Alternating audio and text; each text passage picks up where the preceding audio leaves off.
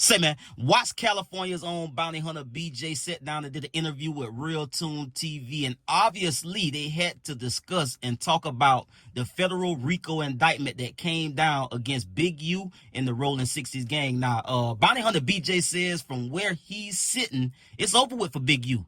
He said that from where he's sitting, Big U will be locked up for the rest of his life, and he has absolutely nobody to blame for that but himself, because he put himself in the position that he is currently in, and he can't blame nobody but himself. He allowed the dark side of the streets to show his head in the light. Let's get to the content. Say, man, if you watching this video right now, man, and you like how we kick it over here at GuddaTV, man, why don't you do me a favor and hit that like button, hit that subscribe button, and turn on your notification bells, man. It won't cost you nothing. I promise you. Why don't you go ahead and do that for the boy and help the channel out? Appreciate you. Man.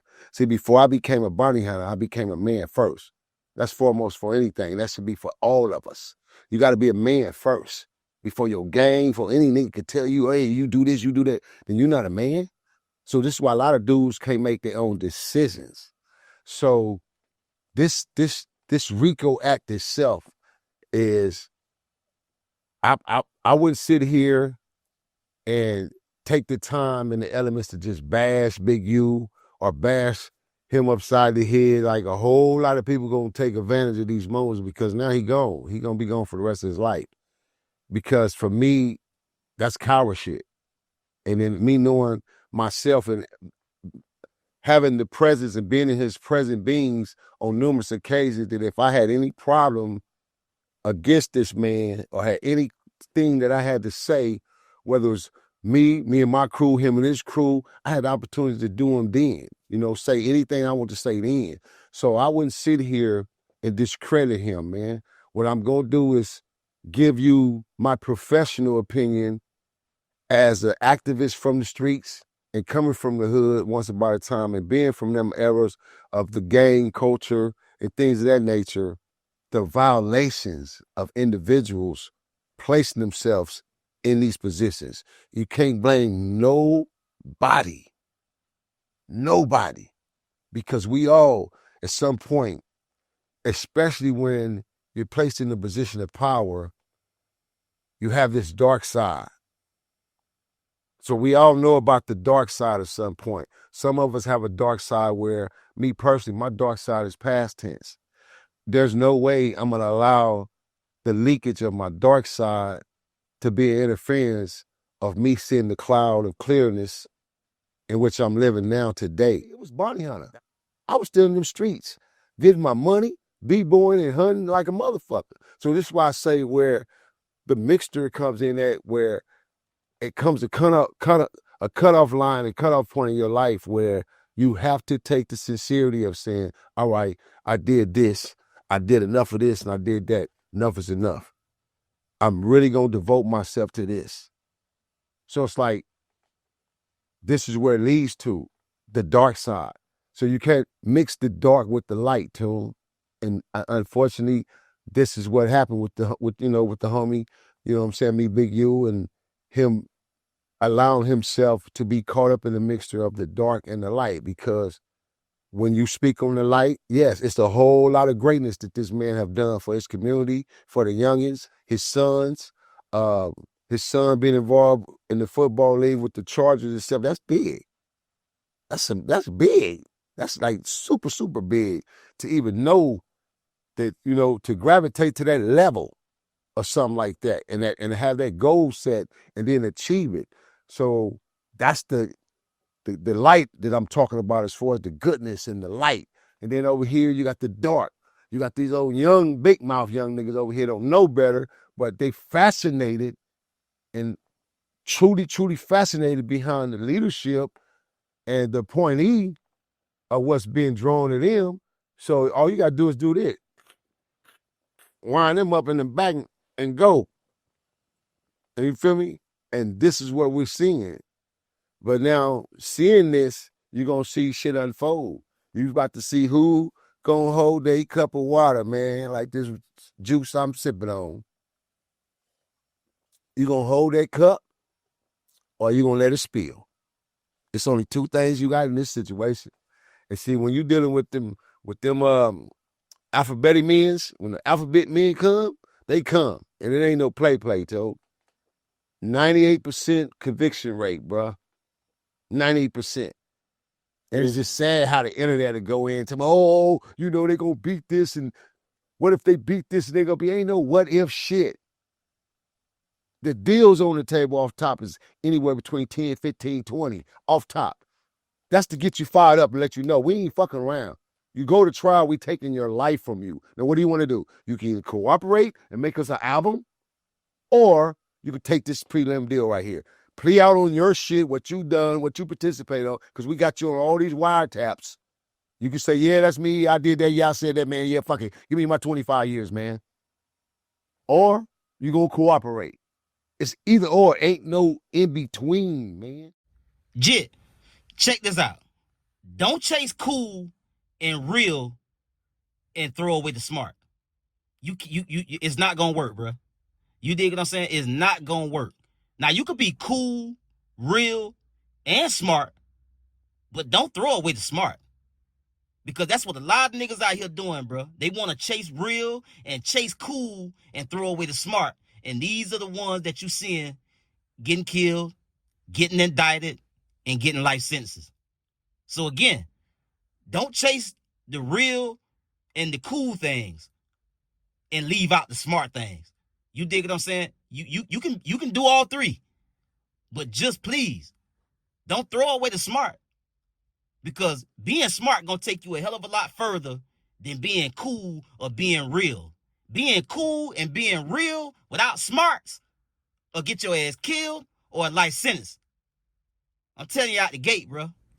Man, look, bro. I'm gonna keep it funky, bro. Like, on some real shit. Like, I'm gonna keep it all the way a brick. Like, I don't know California gang politics, and so I won't speak to that. But I'm just gonna speak in a general sense. Like, at the end of the day, bro, we are seeing and witnessing that for some strange reason, niggas just don't wanna make that transition, bro. Like, once you transition, you got the transition. What you talking about, Gudda? Goddamn, that don't make no sense. Yeah, I know that shit went over a lot of niggas' head, bro. Once you elevate to a certain level at a certain status, bro, you can no longer continue to operate the same way you did when you was down here. When you was when you down here, you ain't got the eyes on you like you got on you once you reach a certain level. I mean, niggas is acting like this shit's complicated, bro, and it's really not. You mean to tell me you think you gonna be a public figure that everybody know, and you gonna be out here in the streets involved and indulging in criminal street activity? I mean, say, pimp, what part of your brain is telling you that you gonna be able to successfully pull that shit off? Because that's where the ignorance, the stupidity, the arrogance, and the cockiness live. Because you think that you could do the wrong thing better than another nigga. Nah, bro. That never works for anybody. And so this is what's going on. Niggas is looking at all of these examples of people that's thinking this way and how it turned out for them. And that same part of their brain is telling them that ain't gonna be me. That nigga a lame. Oh, I do the wrong thing better than most niggas, so I'm gonna be able to pull it off. You can't do both.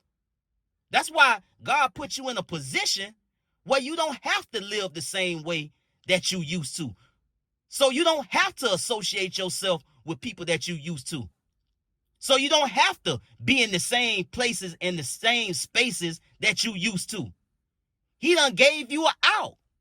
And for niggas to get out and come back is beyond me. And we see that it never ends well. Now, Bounty Hunter BJ was talking about he understood the assignment.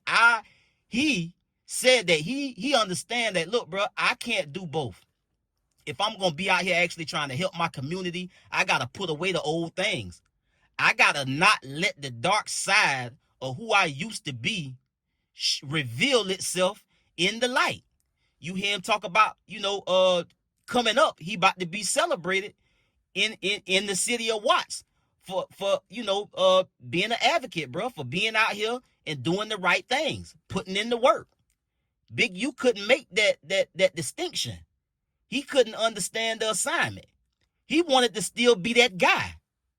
Never mind my son playing in the NFL and making millions of dollars potentially. I don't know his son like that. I don't even you dig what I'm saying? And I don't know the brother Pockets like that. But I assume he well off enough that his daddy ain't got to be in the streets doing some of the things that they alleging in this RICO indictment. But he want to do both. You can't do both. You can't have the streets and you can't be operating in an elevated position in life and then reach down and be down here in the bottom doing everything else. Everybody that try to do both, it never ends well, bro. And again, we got countless examples of successful people getting caught up in silly shit and losing it all, bro. And all you had to do was remove yourself from your old life into the new one. And somehow, niggas is acting like that shit is harder than making it out. It's not. Once you make it out, that's your way. That's your route. Why you feel like you got to go back and still try to do that same thing you was doing before you found success? It's baffling to me. And I just don't understand it, bro.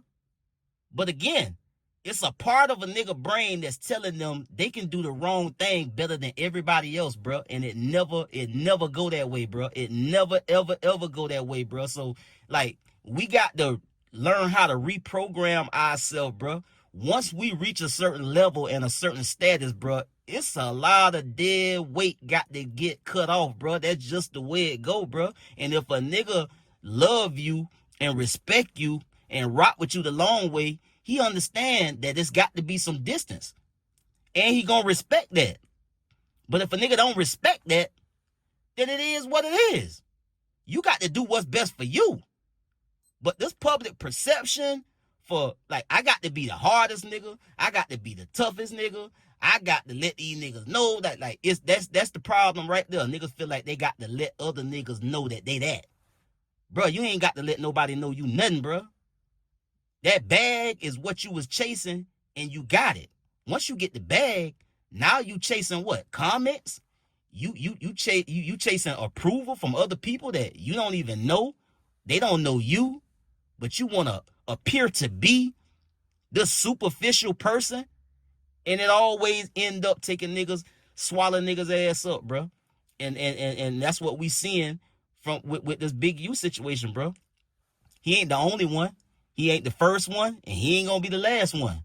It just is what it is, bro. At some point, we got to reprogram ourselves. Like, look, I'm getting all this money now. I got to do this, and this. Like, you don't get the money, get the success, get the notoriety, and then say, well, I'm gonna do all the same things I used to do before I even got here. Nah, pimp. That's hustling backwards, my boy. That's what that is. And then the good that you do, nobody will remember it, because it won't be respected. After it has been proven and shown in a court of law that you was involved in all of this other criminal street gang activity that hurt and harmed your community, while at the same time and in the same breath, you put yourself out here as if you trying to help, and at the same time you hurting and helping at the same time. How does that work? It don't work. It don't even make sense. I'll get at y'all in the next one, man. Y'all be smooth. I'm out.